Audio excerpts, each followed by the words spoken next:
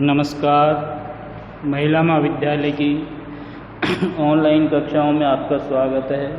मैं रतिराम कक्कड़, व्याख्याता हिंदी। आज हमारा बिंदु बीए पार्ट थर्ड से लिया गया है।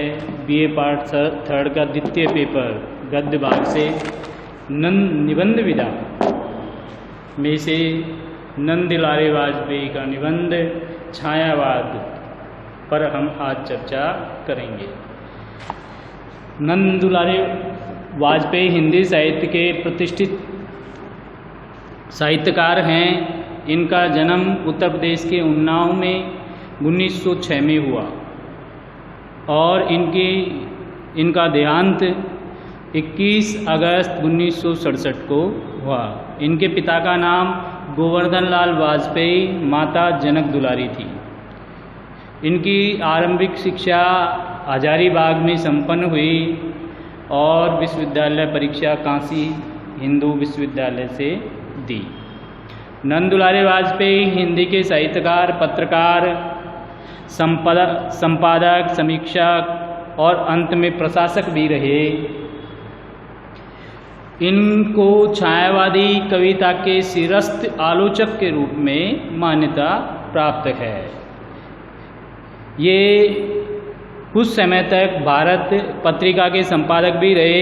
उन्होंने काशी नागरिक प्रचारणी सभा में सूरदास तथा बाद में गीता प्रेस गोरखपुर से रामचरितमानस का संपादन भी किया। वाजपेयी कुछ समय तक काशी हिंदू विश्वविद्यालय के हिंदी विभाग में प्राध्यापक रहे तथा कई वर्षों तक सागर विश्वविद्यालय में हिंदी विभाग के अध्यक्ष रहे। मृत्यु के समय ये विक्रम विश्वविद्यालय उज्जैन के उप कुलपति थे।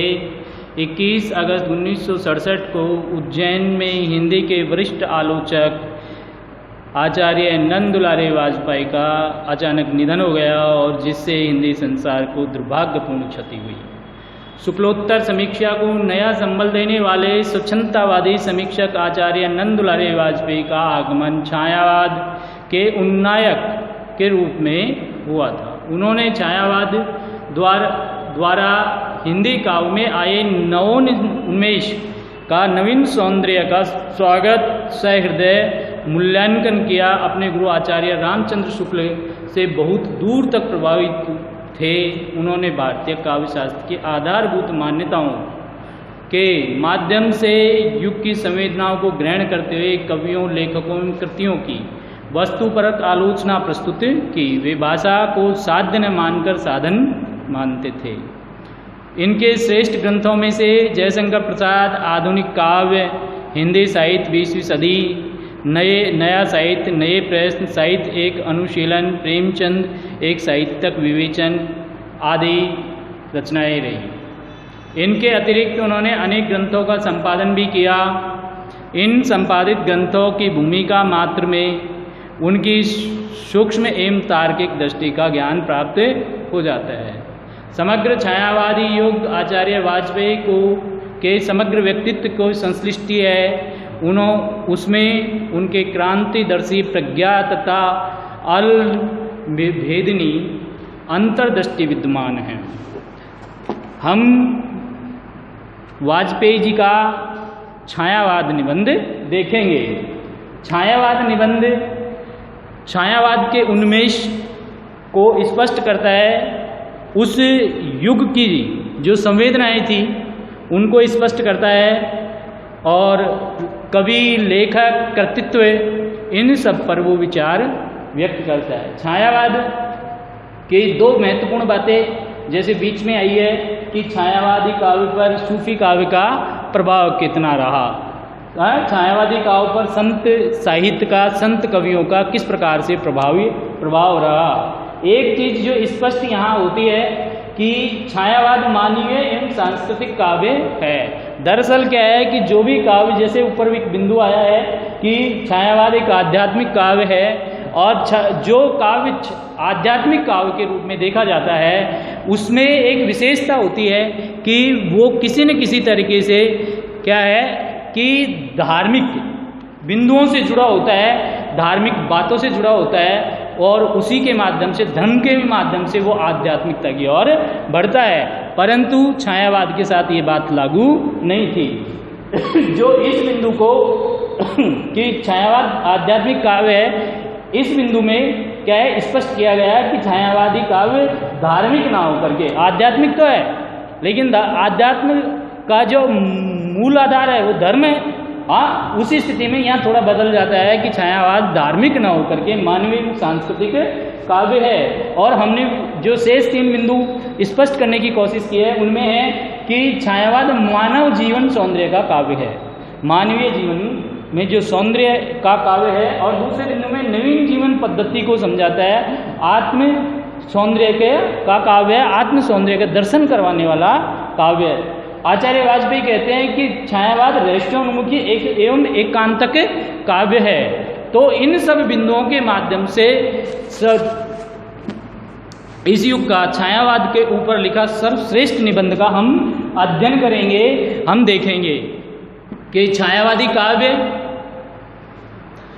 प्रवाह हिंदी में अब अपनी सुनिश्चित धारा बना चुका था। जिस वक्त ये निबंध की रचना हुई उस वक्त तक क्या है कि जो छायावाद के 4 स्तंभ थे, प्रसाद, महादेवी, निराला और पंत, ये सब स्थापित हो चुके थे और इनके माध्यम से छायावादी जो काव्य धारा थी वो भी स्थापित हो चुकी थी। अब वह केवल विरोध की वस्तु नहीं थी। दरअसल क्या है कि छायावाद जैसे ही शुरुआत हुई, जो स्थापित काव्य शैली थी उससे ये विपरीत थी, इसलिए इसका प्रारंभिक दौर में बहुत विरोध हुआ। जैसे निराला की जो कविता थी जुई की कली, बहुत लंबे समय तक क्या है आचार्य महावीर प्रसाद द्विवेदी के संपादन में सरस्वती पत्रिका में कभी छप नहीं पाई और शायद 1909 के आसपास वो मतवाला में निकली और न केवल वांछिक अभ्यर्थना का विषय रह गया था, अब तो उसके सम्यक समीक्षा और परीक्षा भी की जा सकती। वो काव्य इतना प्रगाढ़ और श्रेष्ठता को प्राप्त हो चुका था कि अब तो उसकी समीक्षा की जा सकती थी और उसका क्या है विश्लेषण किया जा सकता था, परीक्षा की जा सकती। आरंभ में ही ये अपनी छायात्मक निगूढ़ अभिव्यक्तियों के कारण छायावाद आध्यात्मिक काव्य कहा जाना है। जैसे कि हम जानते हैं कि शुरुआत में प्रसाद, निराला, महादेवी की कविताओं के माध्यम से जो काव्य था छायावाद, वो निगूढ़ अभिव्यक्ति लिए हुए थे, एक रहस्यात्मक अनुभूति लिए हुए थे और इसलिए ये आध्यात्मिक काव्य के रूप में क्या हुआ, प्रसिद्ध हुआ था शुरुआत से ही। पूर्ववर्ती भक्ति काव्य की साकार वर्णनाओं के विपरीत इसमें निराकार पद्धतियों की पद्धति थी कि जैसे इससे पूर्व जो श्रेष्ठ काव्य रचनाएं रही वो क्या है कि हिंदी साहित्य के स्वर्णकाल भक्ति काल की रही, लेकिन उसमें क्या है कि ईश्वर के सगुण साकार रूप को ही महत्व प्रदान किया गया। लेकिन इसके विपरीत छायावाद में क्या है कि जो निर्गुण की अभिव्यक्ति थी उससे प्रभाव ज़्यादा स्पष्ट हो रहा था, निराकार के प्रति ज़्यादा झुकाव महसूस हो रहा था। ले चल मुझे बुलावा देकर मेरे नाविक धीरे धीरे, ठीक है। जैसे प्रसाद ने ये कहा तो महादेव वर्मा ने कहा कि विस्तृत नभ का कोई कोना, मेरा न कभी अपना होना, परिचय बस इतिहास यही उमड़ी थी मिट, आज चली मैं नीर भरी दुख की बदली। तो ये सब रहस्य अनुभूति की कविताएं थी, किंतु इनके यथार्थ स्वरूप अब तक के विपरीत इसकी निराकार पद्धति थी, किंतु इसके यथार्थ स्वरूप का अब तक स्पष्ट नहीं किया गया था। तो आज हम निबंध के माध्यम से कि जो उस वक्त तक क्या है कि उसकी काव्य प्रवृत्तियों का जो एक सही विश्लेषण नहीं हो पाया था उसको अब करने की चेष्टा करेंगे। स्पष्ट नहीं किया गया था छायावाद को की पद्धति कबीर आदि की निर्गुण निराकार व्यंजनाओं से भिन्न थी। देखो सबसे पहले ये रेखांकित करने वाली बात है कि जैसे निराकार भक्ति के, निराकार साहित्य के, निर्गुण साहित्य के जो श्रेष्ठ कवि कबीर हुए उनकी पद्धति और छायावादी कवियों की पद्धति दोनों की अलग अलग थी, ठीक है। उनका दृष्टिकोण अलग था, उनका विषय वस्तु अलग थे। तो वो निर्गुण निराकार या आध्यात्मिक काव्य होते हुए भी कबीर के काव्य से तो कम से कम भिन्न थी। इस अभिव्यंजनाओं से भिन्न तो है ही, सूफियों की जो पद्धति थी उससे भी पृथक थी। भाई संत काव्य से पृथक तो थी, लेकिन सूफियों के काव्य से भी पृथक थी, अलग थी। उन उक्त दोनों व्यंजनाओं में तो अभिव्यक्त जो बात है वो है कि कवियों ने परंपराएं प्रमुखतः आध्यात्मिक कही जा सकती है, यद्यपि सूफी कवियों ने लौकिक संस्कृति के निर्माण में कम सहायता प्रदान नहीं की। आदि भौतिक पक्ष में देखा जाए तो एक और उमर खय्याम और दूसरी ओर शेख शादी तथा भारत में देखा जाए तो एक और जायसी आदि कवियों में बहुत बड़ा दृष्टिभेद है। देखो सूफी काव्य का जो सबसे बड़ा जो स्रोत है वो उमर खय्याम की रुबाइयाँ हैं, शेख शादी के काव्य है, और जो अरब देशों से लिखा गया साहित्य वो सूफियों का प्रमुख स्रोत था। लेकिन भारत में भी एक बड़ा स्रोत रहा, जैसे जायसी, मंजन, कुतुबन। हाँ, तो जो ये पारंपरिक सूफी काव्य जो अरब देशों में लिखा गया, मक्का मदीना से चला, उसमें और भारतीय कवि जिन्होंने सूफी काव्य को अपनाया, उन दोनों में बहुत बड़ा अंतर था। क्योंकि भारतीय कवि जैसे जायसी, मंजन, कुतुबन, मुल्ला दाऊद, ये सब जो कवि थे भारतीय संस्कृति और भारतीय जीवन शैली के अनुसार सूफी काव्य का निर्माण कर रहे थे, जबकि वो मुस्लिम देशों में पैदा हुई सूफी परंपराओं का निर्वहन कर रहे थे। दोनों में बहुत बड़ा अंतर था। ठीक है, तो इसका कारण बताते हैं कि जायसी में दृष्टिभेद था। इन सभी कवियों में सामाजिक, सामयिक, सांस्कृतिक, देश काल की विचारधाराओं को भिन्न भिन्न स्वरूपों में व्यक्त किया गया। उदाहरण के लिए उमर खय्याम की जो रुबाइयाँ हैं कि काव्य धारा अदृश्य भाग या नियति के कठोर चक्र में भयभीत होकर उसके तटस्थ हो जाने का मानव आमंत्रण करती है। उनका काव्य ईरान और फारस के एकांतक वाटिकाओं और उपवनों में दो प्राणियों की प्रेम परिचर्या का ये सरल आदर्श लेकर उपस्थित हुआ है। शादी आदि की रचनाएं उनके भिन्न वातावरण विचार क्रम का द्योतन करती है। जायसी आदि भारतीय सूफी कवियों की कविता न तो उमर खय्याम का सा भाग्यवाद प्रस्तुत करती हैं